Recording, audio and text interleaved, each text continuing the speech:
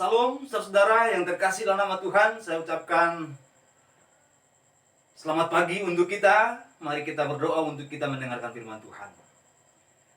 Tuhan Yesus, kami datang di hadapan-Mu mengucap syukur karena Engkau Tuhan yang menjaga melindungi kami sepanjang malam dan memberikan kami hari yang indah ini untuk boleh kami jalani.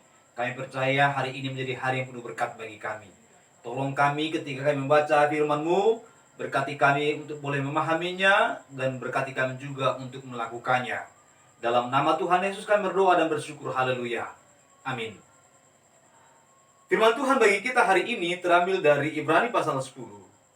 Dan beberapa bagian di dalamnya akan saya bacakan kepada kita. Mulai dari ayat yang pertama, judul perikop Lembaga Kitab Indonesia, persembahan yang sempurna.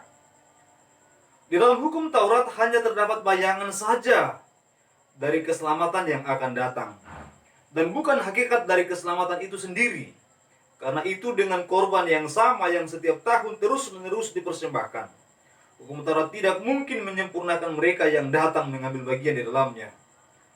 Sebab jika hal itu mungkin, pasti orang tidak mempersembahkan korban lagi, sebab mereka yang melakukan ibadah itu tidak sadar lagi akan dosa setelah disucikan sekali untuk selama-lamanya. Kemudian dikatakan kepada kita, ayat 4, sebab tidak mungkin darah lembu jantan atau darah domba jantan menghapuskan dosa. Karena itu ketika ia masuk ke dunia, ia berkata, korban dan persembahan tidak engkau kehendaki, tapi engkau telah menyediakan tubuh bagiku. Kemudian pada ayatnya yang ke-10 dikatakan, dan karena kehendaknya inilah kita telah dikuduskan satu kali untuk selama-lamanya oleh persembahan tubuh Yesus Kristus. Yang berbahagialah setiap orang yang mendengar dan melakukan firman Tuhan. Saudara-saudara yang terkasih dalam nama Tuhan, firman Tuhan pada hari ini mengingatkan kita tentang korban yang sempurna. Apa yang telah saya bacakan kepada kita adalah berbicara tentang bagaimana bangsa Israel sebelumnya mempraktekkan ibadat sistem memberi persembahan korban yang lakukan sekali setahun. Tetapi saudara yang terkasih nama Tuhan, penulis Ibrani berkata, firman Tuhan yang kita baca tadi mengatakan bahwa di dalam perjanjian lama itu adalah bayangan, dan perjanjian baru yaitu Kristus Tuhan adalah hakikatnya. Oleh karena itu sistem korban dalam perjanjian lama adalah bayangan dari pengorbanan Kristus yang akan datang atau yang sudah datang. Di dalam Kristus yang telah rela menderita menanggung dosa kita. Itulah hakikat dari korban yang sejati, korban yang sempurna. Saudara-saudara yang terkasih nama Tuhan, bagian ini juga menyatakan kepada kita bahwa bayangan itu, yaitu korban-korban perjanjian lama itu selalu dilakukan sekali dalam setahun. Justru mengingatkan mereka bahwa mereka masih berdosa.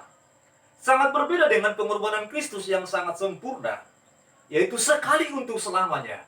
Itulah sebabnya Yesus mengatakan, firman Tuhan mengatakan bahwa engkau telah menyediakan tubuh bagiku.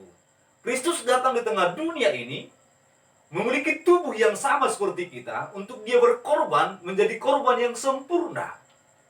Mengapa harus korban yang sempurna adalah harus manusia? Karena manusia yang berdosa, maka manusia pula lah yang harus berkorban. Karena manusia yang telah jatuh dalam dosa itu harus terhukum. Dan yang harus terhukum itu harus ditebus. Maka diperlukan satu korban yang sama, yaitu sama-sama manusia. Tetapi persoalannya adalah, adakah manusia yang dapat menjadi korban yang sempurna? Karena firman Tuhan dalam kitab Roma dikatakan bahwa semua manusia berdosa. Lalu siapa yang bisa menjadi korban yang sempurna? Itulah sebabnya dikatakan pada bagian ini, engkau menyediakan tubuh bagiku. Kristus datang menjadi manusia. Tapi bukan manusia yang berdosa, tapi manusia yang kudus, yang suci, yang tak bercacat dan bercela.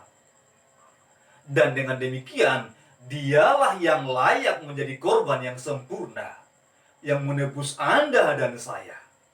Kalau seandainya dia berkorban tapi bukan sebagai manusia, maka dengan demikian pengorbanan itu tidak dapat menebus kita.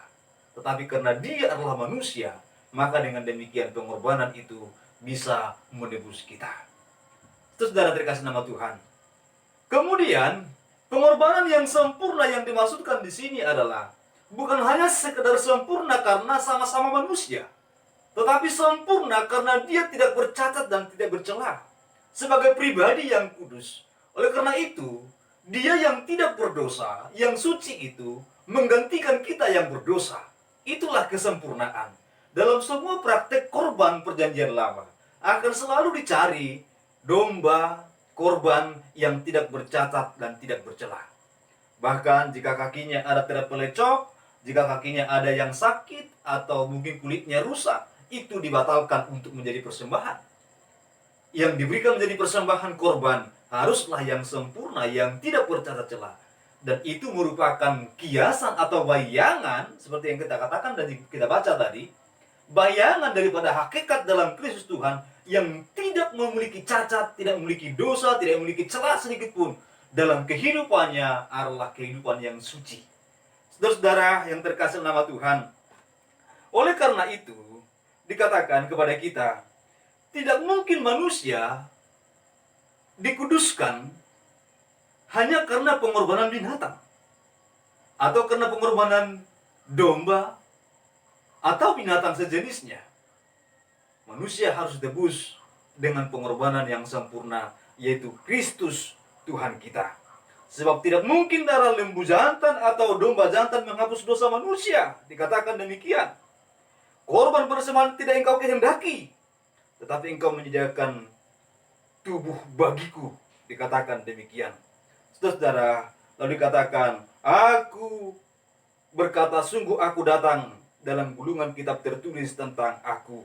Saudara yang terkasih nama Tuhan, dikatakan ayat 10 juga, dan karena kehendaknya inilah kita telah dikuduskan satu kali untuk selama-lamanya oleh persembahan tubuh Yesus Kristus.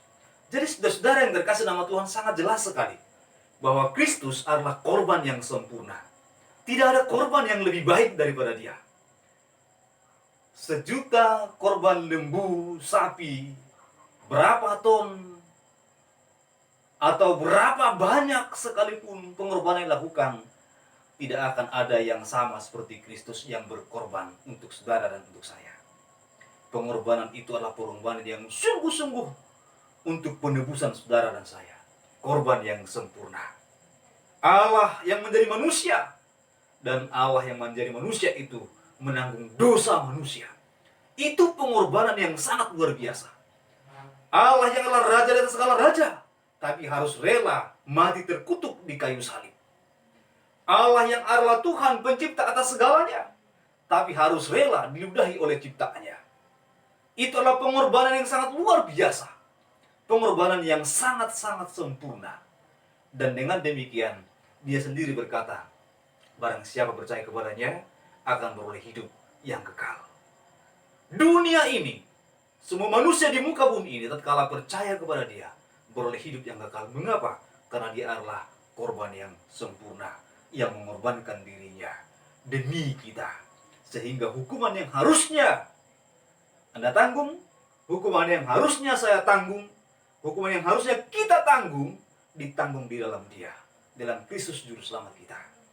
Maka saudara yang terkasih nama Tuhan, jalani kehidupan yang berkemenangan, kehidupan yang mempermuliakan Allah, karena Kristus Tuhan telah rela menanggung dosamu dan dosaku. Dia telah menjadi korban yang sempurna bagimu dan bagiku. Untuk Tuhan kita boleh mengucap syukur atas semua pemberian yang sangat agung ini. Kita berdoa.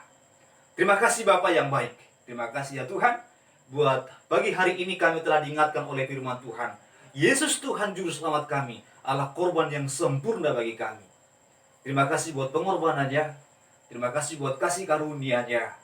Tuhan, jamah setiap kami, setiap para pendengar dimanapun berada, ingatkan mereka bahwa mereka memiliki Tuhan yang telah rela mengorbankan segalanya demi hidup mereka, bahkan demi kehidupan kekal bagi mereka. Seperti ya Allah kami, bila Engkau menjamah orang yang ragu-ragu, Tuhan kuatkan iman percayanya. Dan orang yang masih jauh, biarlah mereka semakin mendekat kepada Kristus Tuhan dan memiliki Kristus dalam hidupnya. Dan kami semua ya Allah kami, tolonglah kami semua agar kami menjadi surat-surat Kristus yang hidup menjadi berkat bagi dunia ini. Jadi terang, jadi Allah Tuhan bagi kemuliaan nama Tuhan. Saudaraku yang hari ini sedang sakit, jamah sembuhkanlah mereka. Yang berkekurangan adalah Tuhan yang mencukupkan mereka. Yang lemah biarlah mereka mendapatkan kekuatan baru dari Tuhan. Yang mengharapkan pertolongan, mujizat Tuhan, bahkan juga yang mengharapkan solusi dalam seluruh kehidupan mereka, jamah dan tolonglah mereka Bapa. Dalam nama Tuhan Yesus kami berdoa dan bersyukur. Haleluya. Amin. Saudara yang terkasih nama Tuhan, engkau telah ditebus dengan darah yang mahal.